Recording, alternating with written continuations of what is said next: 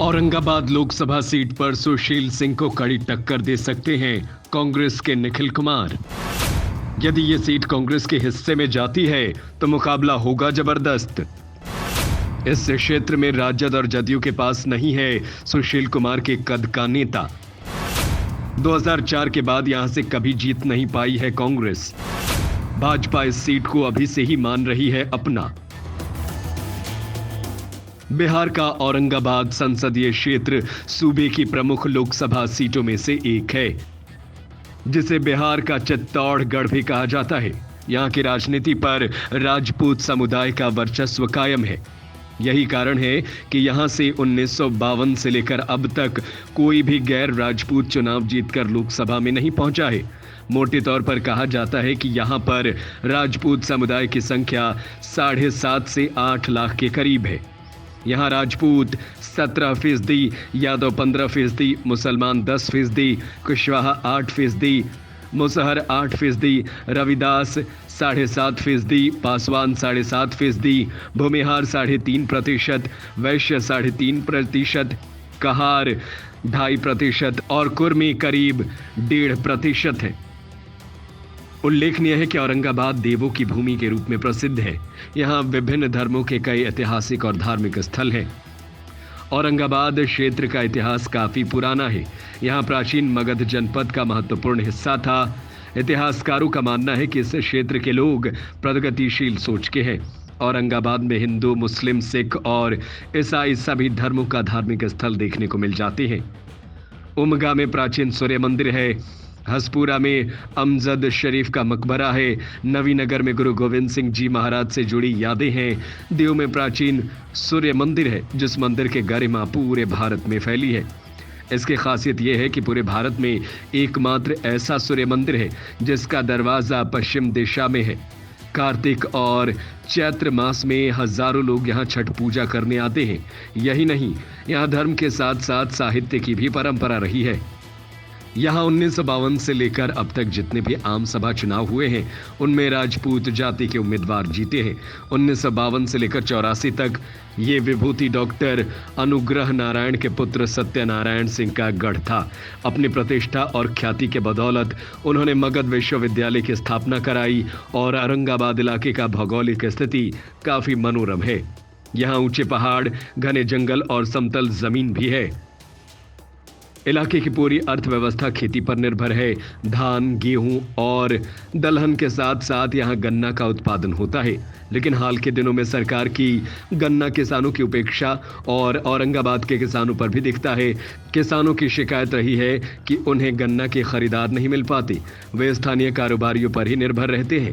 औरंगाबाद लोकसभा क्षेत्र की बड़ी आबादी पानी की किल्लत के बीच अपनी जिंदगी गुजरने को बेबस है। पहाड़ी इलाके में पानी की घोर कमी है। स्थानीय लोगों की शिकायत है कि उन्हें केंद्र की या राज्य सरकार की किसी योजना का लाभ नहीं मिल रहा है। औरंगाबाद लोकसभा क्षेत्र विधानसभा की 6 सीटों को मिलाकर बना है, जिसमें औरंगाबाद जिले के कुटुंबा, औरंगाबाद और रफीगंज विधानसभा क्षेत्र तथा गया जिले के गुरुआ, इमामगंज और टिकारी विधानसभा क्षेत्र का हिस्सा है।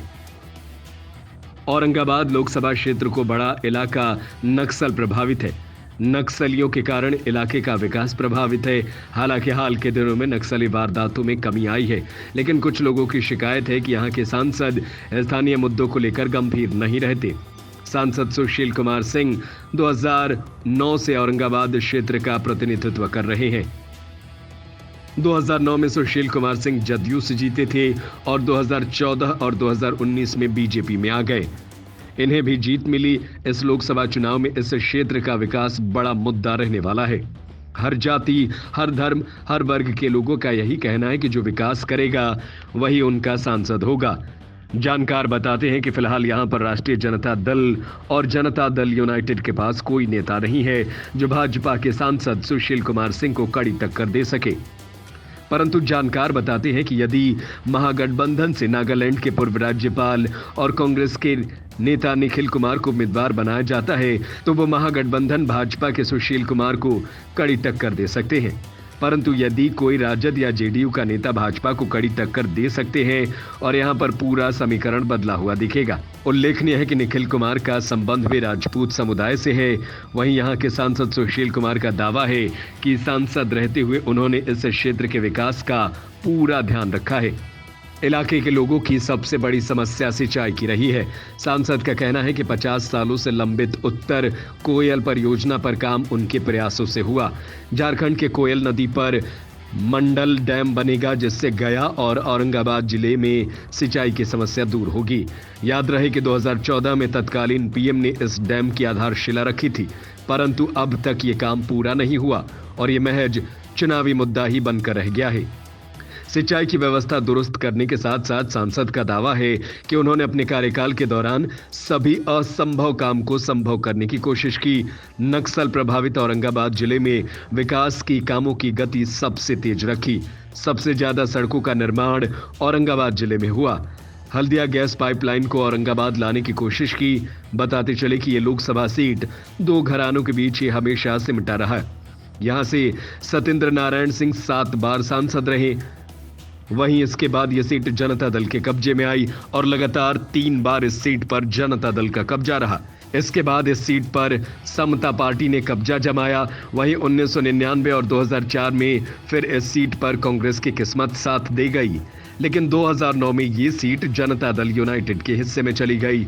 इस सीट पर सुशील कुमार सिंह ने चुनाव जीता और फिर वो 2014 में भाजपा के टिकट पर यहां से चुनाव जीतकर संसद में पहुंचे और साल 2019 में उन्होंने एक बार फिर भाजपा के टिकट पर ही जीत के करिश्मे को दोहराया।